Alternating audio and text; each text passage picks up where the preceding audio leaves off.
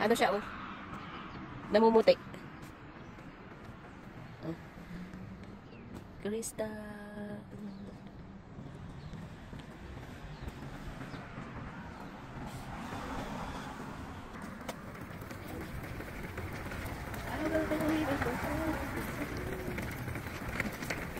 And who's that girl?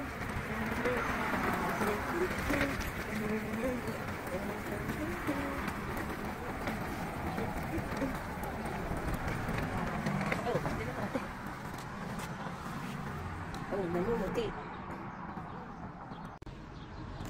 Hi guys, ayan, manunundo na naman kami. Check natin, ayan, naka-seatbelt na. Okay na. Kahapon, nakalimutan. Binidyo ko pa siya, hindi ko napansin na hindi nakalak ang seatbelt. Pero, nakasuot naman siya sa kamay, kaya kung ano, hindi naman agad masusus. Ayun nga lang, hindi nakalak. Ayan, tara. Lakad ulit para manundo ang bebe. Ayan guys, ilang tulog na lang. Spring na.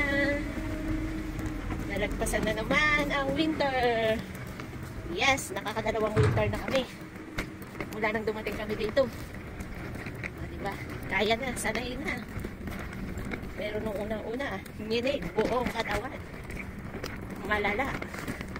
Lalo na, buntis pa ako nun. Pangalawa, ay pangatlo na pala mami. Eh, kung country na nakayanan na, nasanay na ang katawan. Yun guys. Pero malamig pa rin. September, spring na. Yung sa video ko kahapon, pinakita ko na nag-aano na, nag-start ng mamulaklak. Ayun na yung sign. Makikita nyo na naman, puro flower na naman yung ano ko, video ko.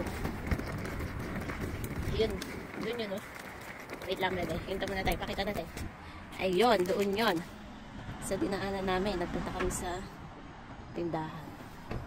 Diba? Yun.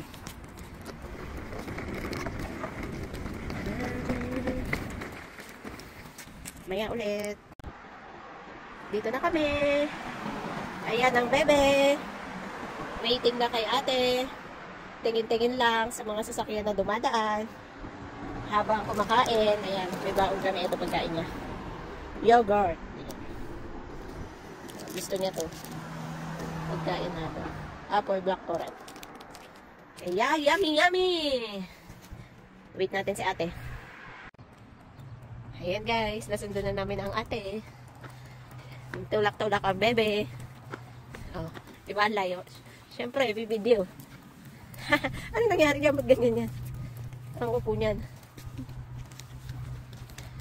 Ayun. Ayun lang guys. Thank you for watching. Babush! Huwag kayong magsasawa. Laging ganito. Bye!